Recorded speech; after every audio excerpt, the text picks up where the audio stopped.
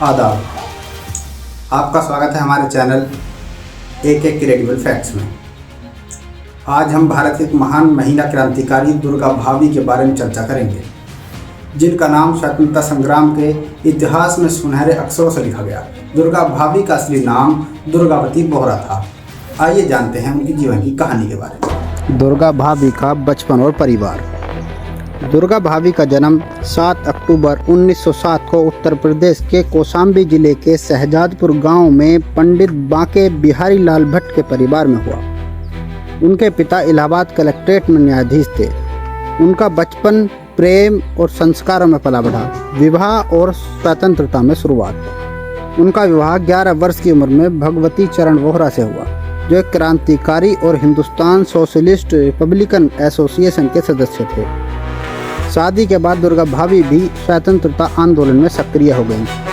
वे अपने पति और भगत सिंह, राजगुरु, सुखदेव जैसे क्रांतिकारियों के साथ अंग्रेजों के विरुद्ध हथियारबंद संघर्ष में शामिल हुई। वीरांगना की भूमिका। दुर्गा भाभी ने कई बार खुद अंग्रेज पुलिस से मुकाबला किया। दुर्गा भाभी ने भगत सिंह को अंग्रेजों से बचाने के लिए एक बहादुरी भरा और चतुर कार्य किया था। 17 दिसंबर 1928 को लाहौर में अंग्रेज पुलिस अधिकारी सैंडर्स की हत्या के बाद भगत सिंह और राजगुरु पुलिस की कड़ी नज़र में आ गए। उस समय दुर्गा भाभी ने अपने पति और बेटे के साथ वेश बदलकर भगत सिंह और राजगुरु को लाहौर से बाहर निकालने में महत्वपूर्ण भूमिका निभाई थी। दुर्गा भाभी ने भगत सिंह को अपने पति का रूप धारण करा चोरी छिपे लाहौर से बाहर ले जाने की योजना बनाई। उन्होंने अपने बच्चे को भी साथ लिया और पुलिस के अवैध निगरानी तंत्र को छलते हुए गाड़ी से लाहौर से कलकत्ता तक पहुंचाया। इस दौरान दुर्गा भाभी ने अपनी जान की परवाह नहीं की, साथ ही अपने 3 साल के मासूम बच्चे की जान को भी खतरे में डाला। उनकी सूझबूझ और साहस से भगत सिंह सुरक्षित स्थान पर पहुंच सके और वहां से आगे की क्रांति की योजना जारी रखी। इस ऐतिहासिक घटना में दुर्गा भाभी ने बेमिसाल बहादुरी, समर्पण और देशभक्ति की मिसाल पेश की। उन्होंने ब्रिटिश पुलिस के जाल को चकमा देकर अपने साथी क्रांतिकारियों को बचाया और आज़ादी की लड़ाई में अमूल्य योगदान दिया। भगत सिंह ने भी बाद में दुर्गा भाभी को भावुक करते हुए उनकी बहादुरी की सराहना की।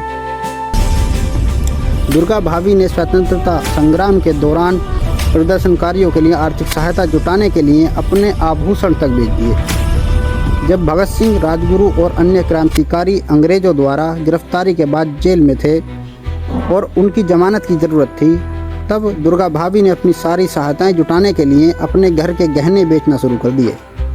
उन्होंने अपने गहनों को बेचकर आज़ादी के दीवानों की फीस, हथियारों और अन्य आवश्यक चीज़ों के लिए धन उपलब्ध कराया। यह घटना उनकी आत्मसमर्पण त्याग की एक और मिसाल है। अपने वतन के लिए वे व्यक्तिगत संपत्ति तक गिरवी रखने से नहीं हिचकती थी। दुर्गा भाभी और भगत सिंह के बीच गुप्त पत्राचार की एक महत्वपूर्ण घटना है, जो उनकी क्रांतिकारी कार्यों और संघर्ष को समझने में मदद करती है। भगत सिंह ने अपनी फांसी से एक दिन पहले 22 मार्च 1931 को जेल से दुर्गा भाभी को पत्र लिखा था। यह पत्र उनके विचारों, भावनाओं और क्रांति के भविष्य को समेटे हुए था। भगत सिंह ने इस पत्र में अपने जीवन की समाप्ति और आने वाले काल की क्रांतिकारी उम्मीदों को प्रकट किया था।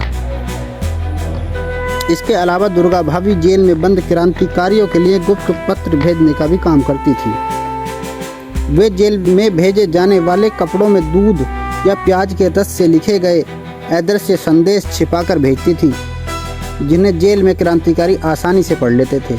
इस तरह वे क्रांतिकारियों के बीच संपर्क बनाए रखने और उनकी योजना को आगे बढ़ाने में मदद करती थी। यह कार्य उनके बहादुरी और राजनीतिक कौशल को दर्शाता है।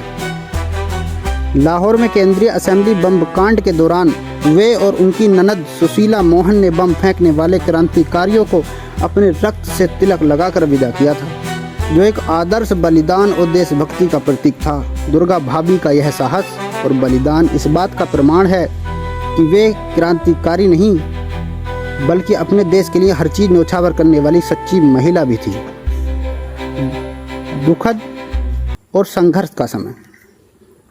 भगवती चरण बोहरा 1930 में एक बम का परीक्षण कर रहे थे, तभी बम फटने से उनकी शहादत हो गई।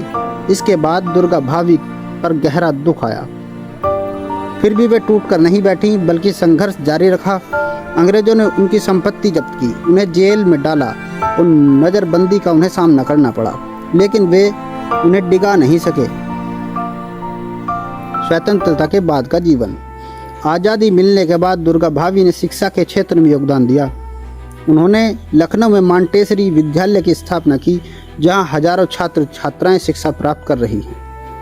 1999 में उन्होंने अपनी अंतिम सांस ली, लेकिन उनकी गाथा आज भी हर हिंदुस्तानी के दिल में जीवित है। सारे जहां से अच्छा हिंदुस्तान हमारा।